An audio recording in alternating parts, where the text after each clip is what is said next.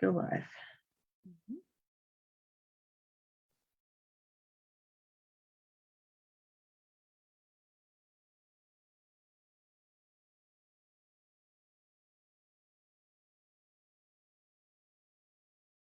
All righty. Hey, everybody, we should be live. Hopefully, y'all can see and hear us. View speaker. So welcome, welcome. If you're joining us, we're so glad to have you. Going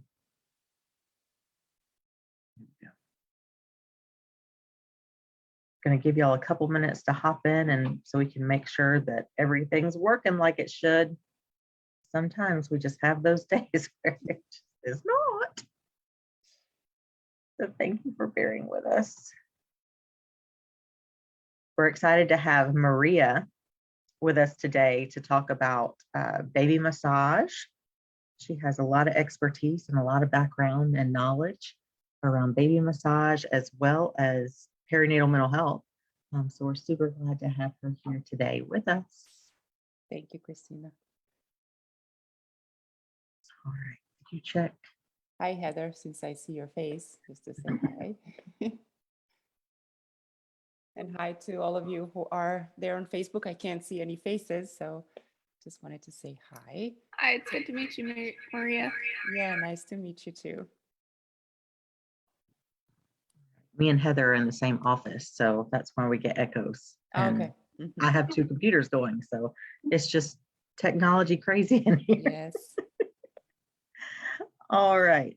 Well, welcome everybody. Like I said, we're so glad to have Marija here with us, and I'm going to do a brief introduction and just hand her the wheel and let her go with it. And we're so excited to have her. And just a few housekeeping. If you have any questions or anything, please type them in the comments. If you agree with anything, type them in the comments because we will be relaying those to Marija in the Zoom. And we will also, if you have any feedback as well, share that with us because we're always looking for ways to improve and how this can help you because, you know, we're here for you guys. So we appreciate you being here. So Marija has been working with parents and infants since 2012. In 2013, she became a certified infant massage instructor with the International Association of Infant Massage, expanding her passion to work with infants and their parents, and she became a musical baby bonding instructor in 2017 and a newborn behavioral observation practitioner in 2021. In 2022, she received her certification in perinatal mental health from Postpartum Support International, which opened a whole new layer of interaction and relationship with parents in her classes, which that is very exciting. As a complement to her work, she's passionate about being in the business of slowing down and bringing mindfulness into people's lives. In 2018, she was trained as a yoga instructor, and in 2019 as a prenatal yoga teacher. She's currently in the process of becoming an infant massage international trainer with the International Association of Infant Massage. So as you can see, she has a lot of knowledge and skills and expertise, and we're that she agreed to come on and talk about baby massage with us and how it can increase our relationships forever. And so, Marija, thank you so much for being here, and I will hand it over to you. Thank you, Christina.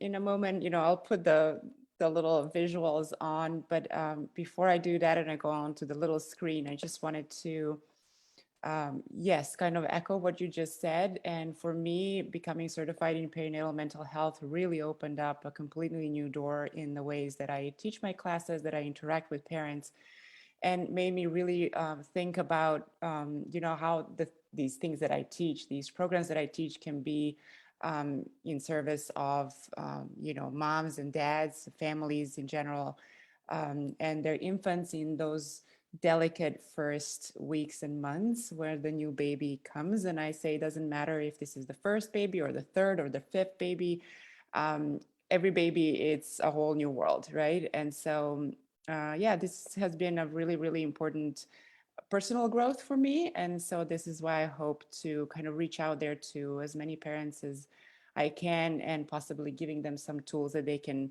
use to help them in those first weeks and months. So let me see here if I can do this correctly and just share my screen, and then you can help me out and let me know if this is okay and if you can see it right. Yes. Okay. So the first thing that I wanted to say also, because you presented all my credentials there, and like I'm an expert, I know all these things and I have so much experience, but honestly, when I come into the room where parents are, I try my best really to not obviously present my way that way, but also to help them not perceive me that way, right? Because in my classroom, so to say, when I enter a group of parents, I come from a different perspective, where the babies are the teachers, really. And I do believe that the babies can teach the parents a lot, if not everything they need to know about them, about the baby. And I know that the parents sometimes feel like they don't know, but I also know that that power is sometimes taken away from them, intentionally or unintentionally. So my job is to really be more of a support person in that relationship between the expert, and that is actually the parent, and then the teacher, who is the baby. So I just kind of wanted to start with that. Um, and I wanted to also address a little bit that word massage. As you see, I named my little talk today, the role and importance, magic of touch, specifically what we call nurturing touch. And in parentheses, the art of baby massage, because massage also comes with a certain set of associations, that word. And what I do is that I don't massage the babies. I'm not a massage therapist. I'm not, you know, a person from the medical field. So we are really focusing on nurturing touch and the relationship and the connection between the parent and the baby. So this is not about therapy. This is not about fixing things. This is really about establishing and deepening that bond and attachment between the baby and the family. So what is fascinating to me, though, even, though I'm not a doctor or anything like that, but I grew up, actually, I was raised by two doctors, by two physicians. So I have this deeply appreciation, love, and excitement and amazement about the human body and how wonderful it is. So for me, it was kind of interesting to just put a few fun facts out there, that the sense of touch is the first one to develop, in utero. So while the baby is tiny, tiny, 8 weeks old in the belly.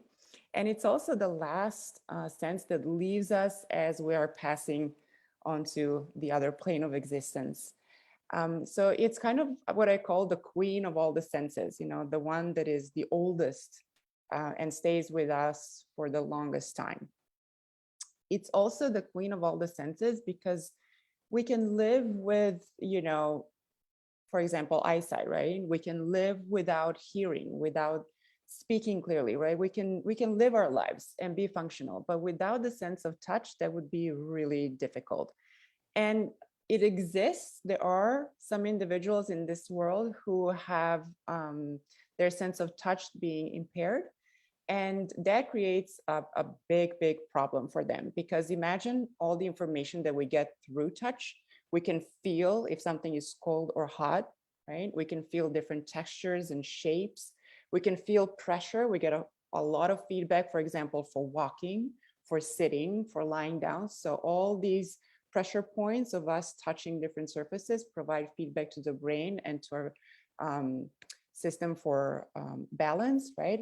And tells us where we are in the room, in the space, right? We can also feel pain, so we can be alerted if something is hurting us. So touch really provides a lot of vital information and protects us from getting hurt. The places that have most of those nerve endings and where we get the most of sensory input are the lips and the fingertips, obviously, and then the soles of the feet, right? Very important because we touch a lot of things with our hands and we walk. So that is all providing information so that we can stand upright. The back of the neck. But the places that have the least amount of those nerve endings is, for example, the middle of our back. I also like to think about the skin. We take it for granted. I think that we really take our skin for granted, and we don't think about the things that we do to our skin very often, unless we treat ourselves with a facial, or a massage for, all intents and purposes. But I like to think of the skin really as something that protects us and separates us from the world around, as I just mentioned, but also something that connects us to the world around. So it has both functions of protecting and isolating, but also of connecting. And, a few examples of that is, for example, as I put here, like a hug or a handshake. Sometimes you shake someone's hand and you get this feedback from the other person, even the first time that you meet them, right? Like you get this vibe, this sense of the other person.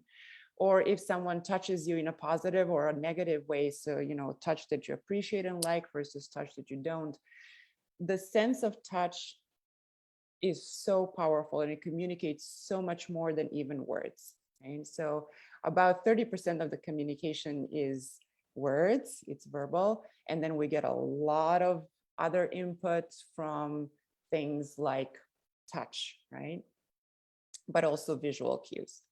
So having said that, switching on to babies for a moment, and then I will focus a little bit more on the parents, but I just wanted to let parents know that, physiological needs of the baby, this is something that parents always pay a lot of attention to. Is the baby eating well? Is the baby sleeping well, right?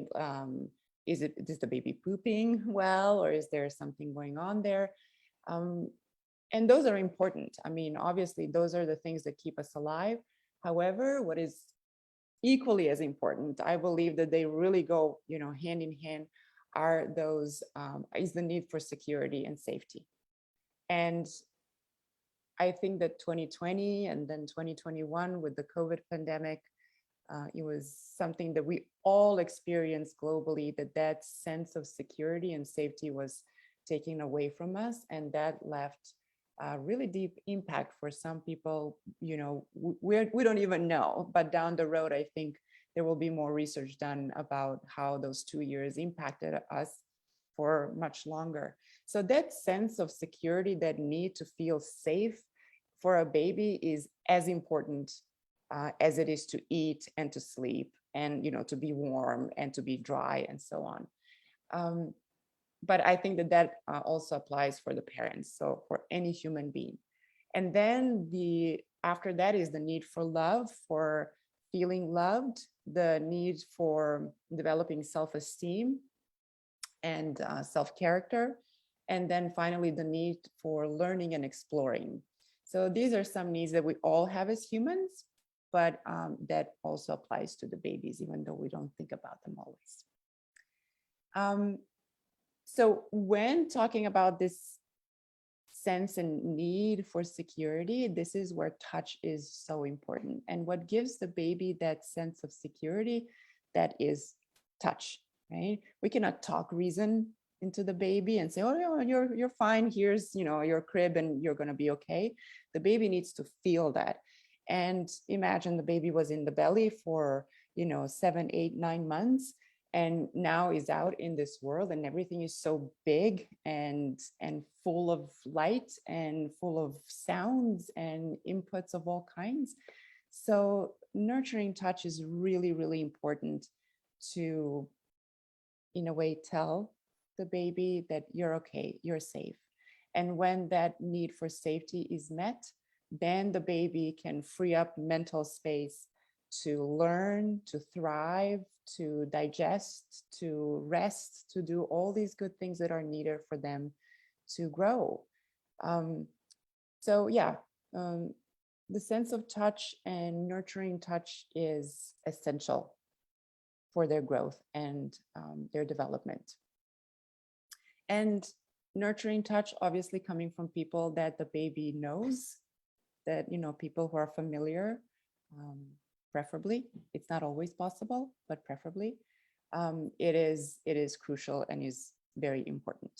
And, this is just a little bit of the science part of it, and I'm not going to go too deeply into it, but I think that oxytocin is a hormone that maybe most of people have heard of, maybe not, but it's a wonderful, important hormone that we call the hormone of love. And when I work with parents, this is what I want. I want a lot of that hormone to be produced. And the interesting thing about oxytocin is that's contagious. So, they've done experiments with lab rats, and they know that if one rat in the group is producing oxytocin because it's receiving positive attention or sensory inputs, the other rats in the group will also start raising their hormones, even though they're not being really touched, nothing is being provided to them. So in a way, oxytocin is a very powerful and magical hormone that is also important when we fall in love with someone, when we make love. So when we create the babies, this is where oxytocin has a very important role as well.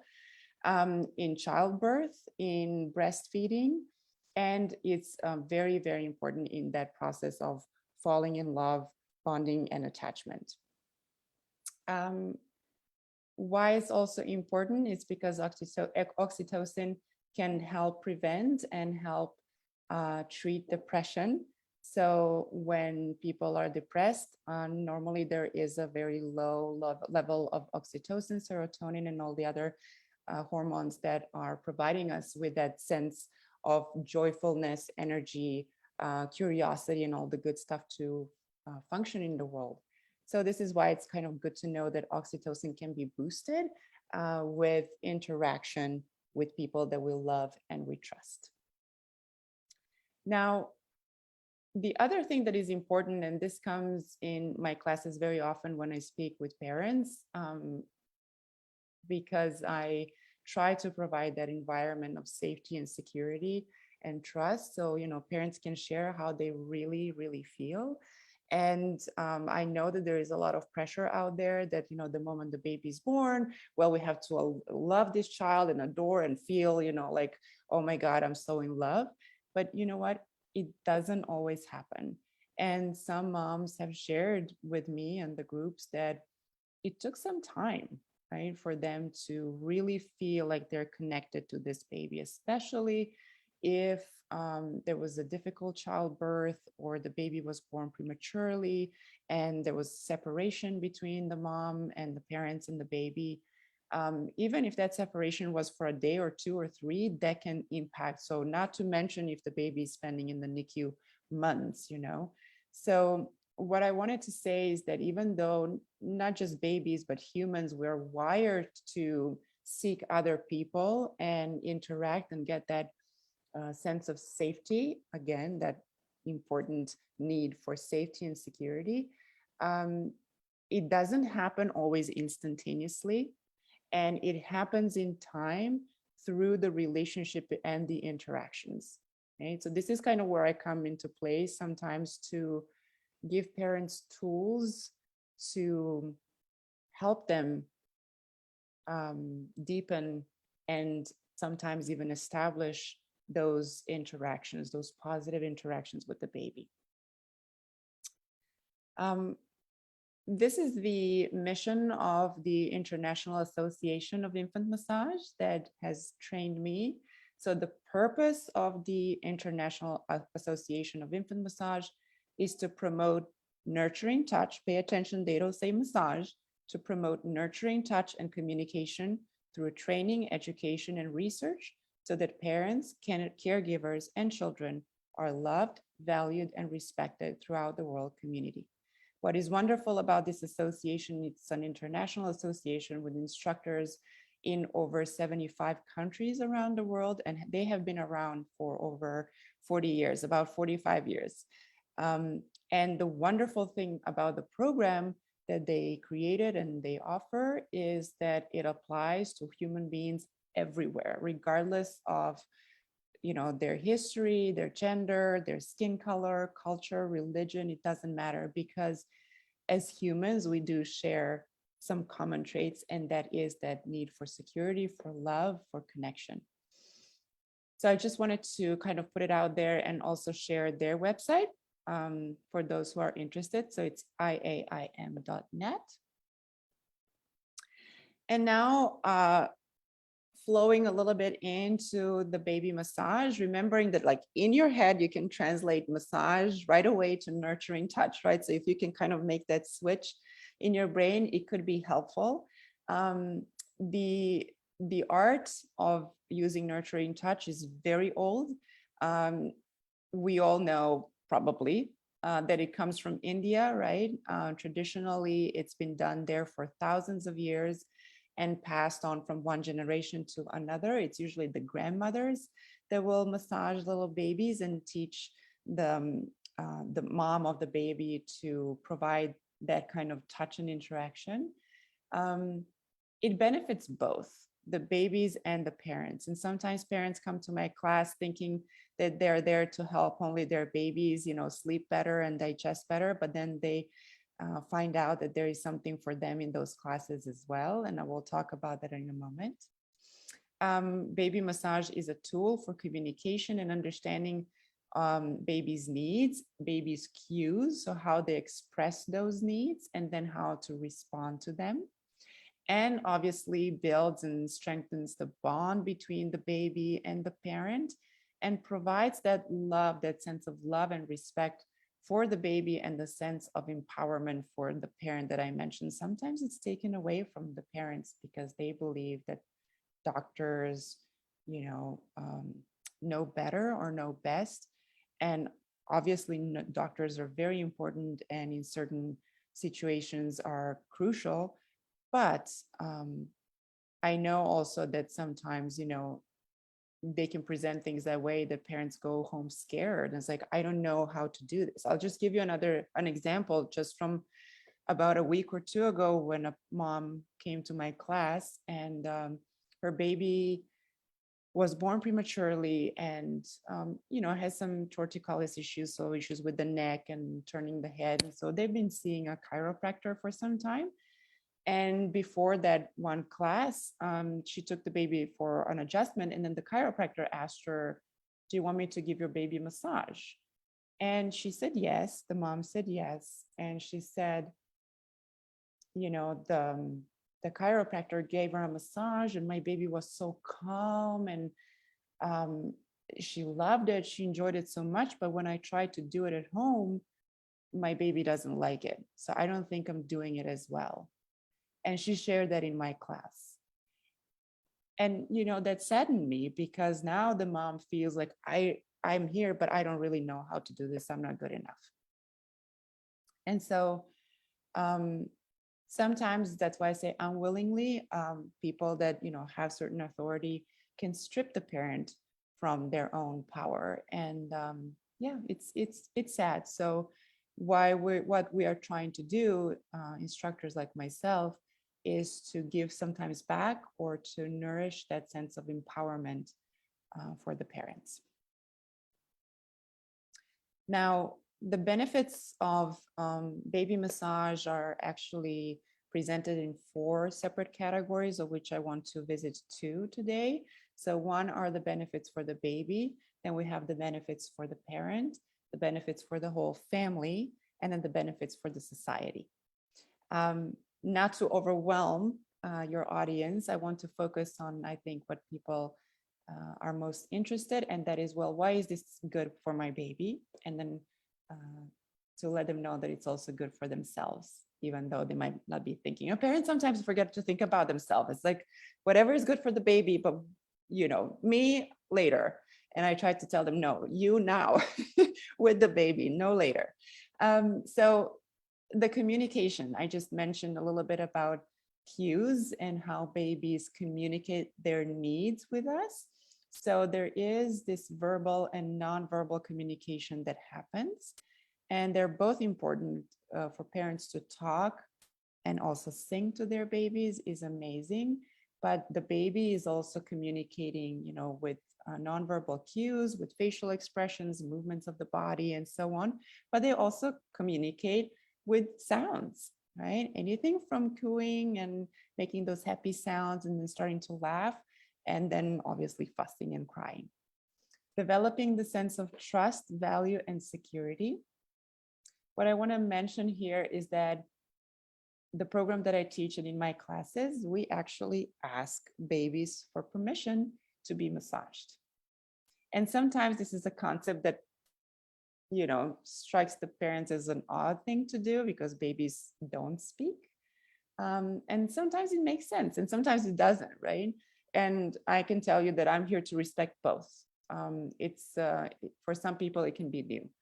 But, I tell parents, think of, for example, if the baby's hungry and you're bringing the bottle or starting to take your shirt off, right? Or pulling the shirt up, how is the baby reacting?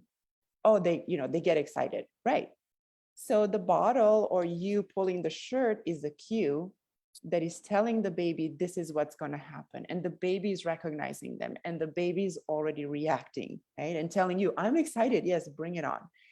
So when we ask the baby for permission, and we do it with certain movements, so visual cues, but we also do it by asking the actual question, we will very quickly learn and understand that the babies recognize those cues and can tell us in their own way if that's something that they want or do not want in that moment.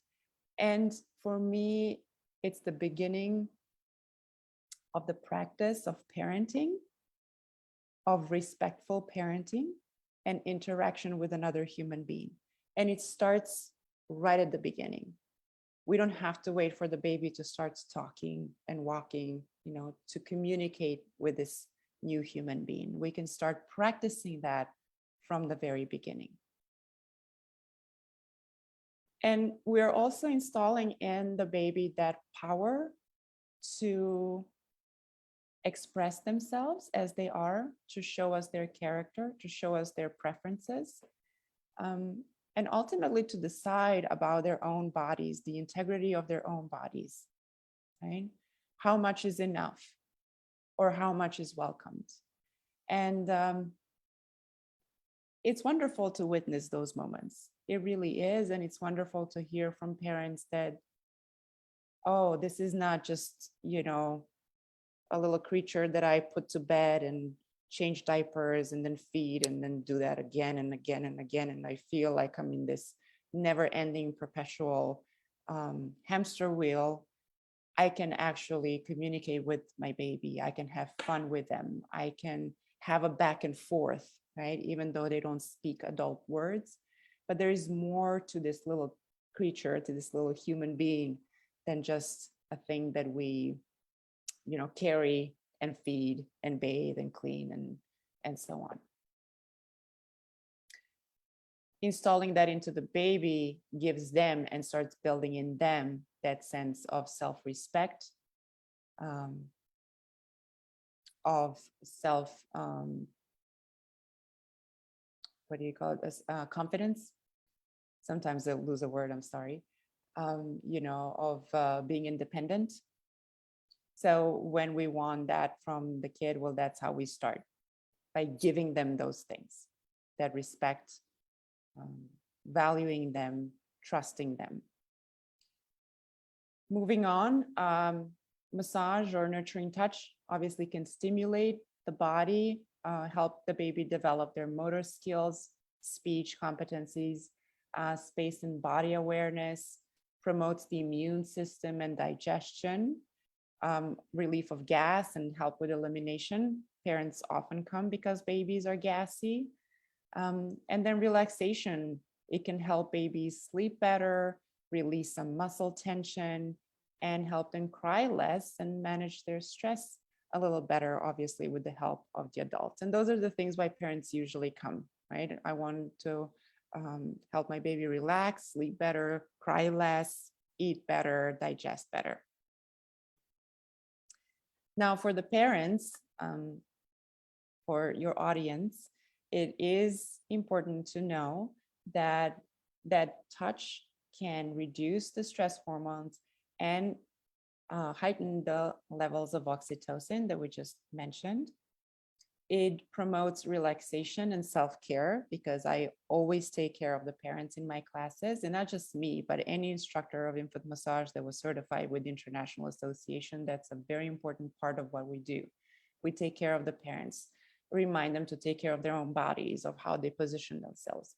And before each massage, we do a little exercise in relaxation and kind of, just centering, bringing ourselves a little bit back to who we are, and from that place offering the baby the best massage that we can that day, right? Not the best ever, but the best that day. It can support breastfeeding, and it can help prevent and help with postpartum depression. It helps the parent understand and learn baby's cues and how to respond to them, because an important part of what we do is reminding the parents to slow down. We get so caught up in the things we do all the time, and babies just work on a different speed. I say it a little bit like, those records, the old turntables. You have the 45 and the 33 record, and they turn at different speeds. Well, we are on a 45 and babies are on a 33. It takes a little more time for them to process. It also brings that sense of empowerment and confidence that I mentioned earlier. I also wanted to just offer and let everyone there know that what we do is based in science and research. Well, let me rephrase that. It's based in experience and tradition and millennia of parents bringing their children into life and then taking care of them and helping them grow and thrive, right? So before there was science, there were humans, and humans instinctively knew what they needed to do for their little ones, right?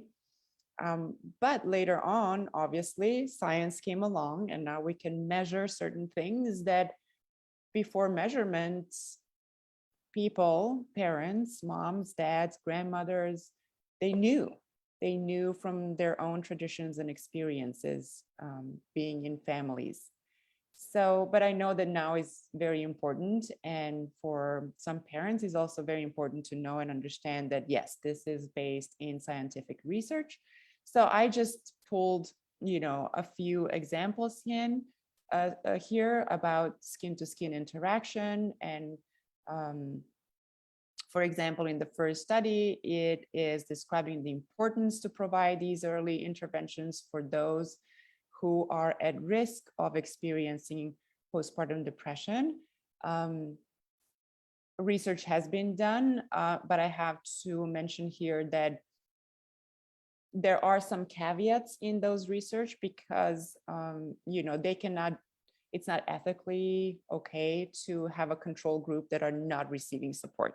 So, but what they did is that provided two types of support. One support was just like parenting support groups versus parenting support groups that included massage as well as part of the support. So that's how they kind of compared.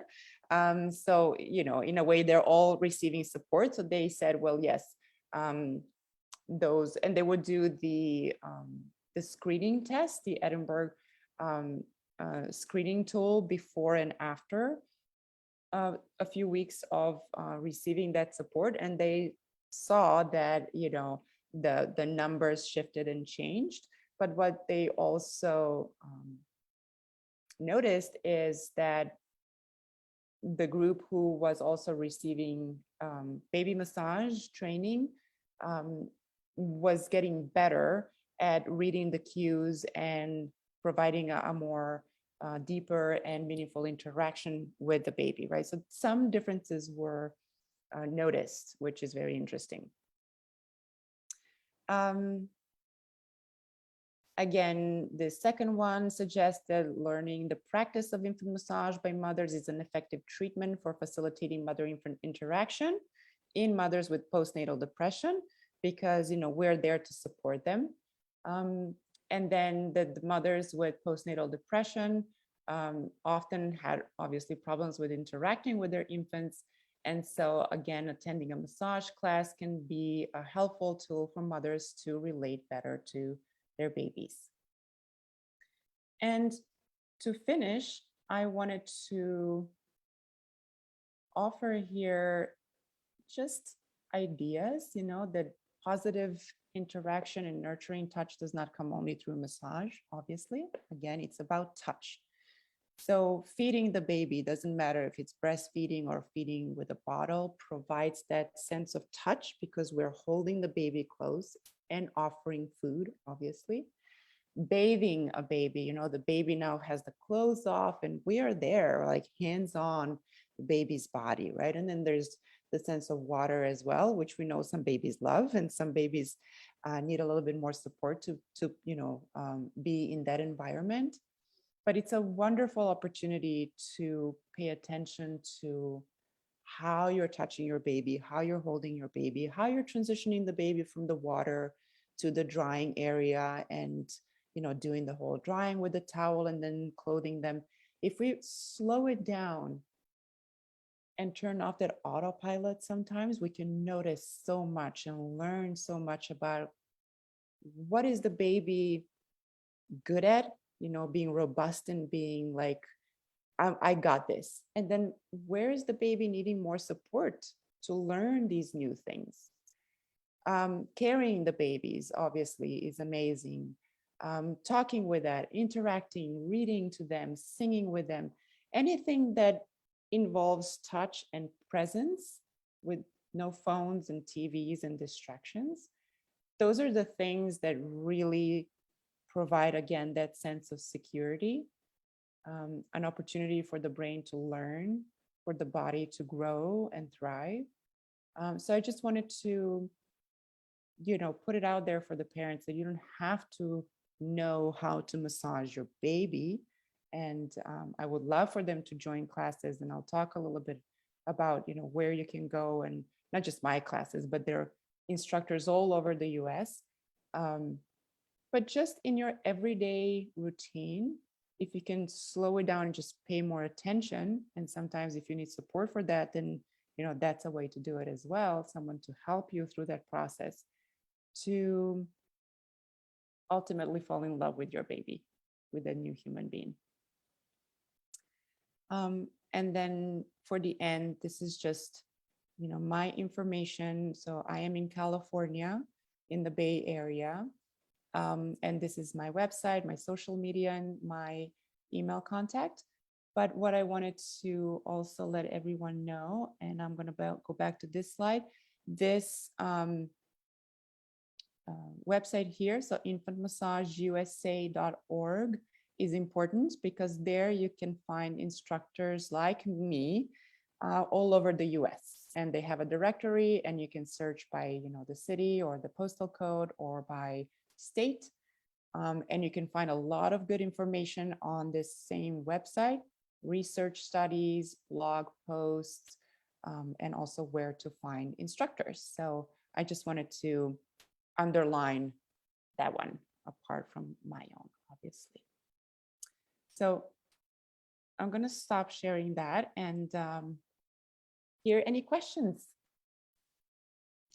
That was so great. I even learned, we're always learning, constantly learning, no matter, what we do.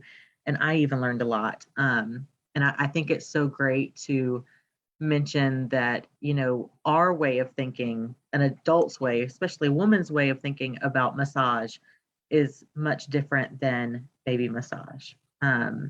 And more so the nurturing touch and the touching aspect. And babies are constantly being touched. And we're constantly offering that massage aspect or the nurturing touch. So I appreciate that so much, and really loved this presentation. It was so wonderful, and had a lot of great information. Another thing that stuck out to me was the oxytocin. I didn't know that it was contagious, and it makes sense. So that was really interesting to me too. I think I explained in an email earlier that I think a lot of our group members probably listen to this and view it after the fact. so we didn't have much conversation going on in the comments, but I did link your Instagram and Facebook in the comments section, as well as the Infant Massage USA.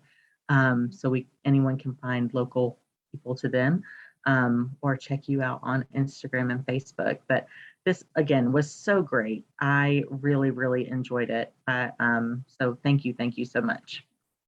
Yes, and what I wanted to say, for especially for parents, I don't want to say only moms, but parents who might be struggling and not being able to go to classes because they don't feel like they can do it. Sometimes moms have difficulties even getting out of the house because, of things that are happening. And I don't want to go now into that whole realm, but I think that those who might experience that will recognize themselves. Don't be scared to reach out to the instructor and tell them, I would love to go to your class, but I can't, because we can also come to them. We can teach in groups, which is great for many people because there's that social aspect and that support. It becomes a support group, basically. And each class has a part where we discuss and share. So it is very important. And that's now where I'm noticing the difference in how I approach. So in one of the classes, I approach mental health. I offer moms to be screened if they wish. I offer them resources once we get to know each other better and they're, more willing to share. But, I've had even friends call me and say, my friend had a baby and she's struggling. And I will reach out and go to their house because we can teach this one-on-one as well. So we can come to them, we can support them in their home, in their family environment, even have the partner or another family member present. And I can, not me, but we can work with the family as well. So I just kind of wanted to put that out there too. Awesome. That's, so great to know, and really important. My sister is currently pregnant, expecting in July. So I'm, constantly getting reminders of what resources I need to give to her, and keep in mind for her and that support. And I think it's so great that it seems nowadays more and more support and resources are becoming available to parents, which is really, really important. So again, we cannot thank you enough for coming on today and sharing with us. We're trying to get these uploaded to YouTube, but we're a little behind. So it will be available and we'll be sure to share the link. Wonderful. Thank you, Christina. Thank you, Heather. Awesome. Heather, did you have any questions? No, I didn't have any questions. But all that information is very good. All right, tech issues. Now she muted. Or not. Okay. All right. Well, thank you both. I really appreciate this opportunity. And please reach out if you have any questions or thoughts. I'm here. Awesome. Thank you so much.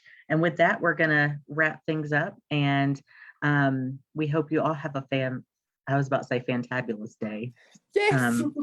Yes, I love fantabulous that. day. I love I know Marija mentioned it was raining in California. That's where she is. And in East Tennessee, it's been raining here today too. And we had snow last weekend. So wherever you are in the nation, we hope it's a wonderful day. I prefer the sunshine. Marija loves the rain. But whatever you enjoy, I hope it's a good one. Y'all take care. Thank you.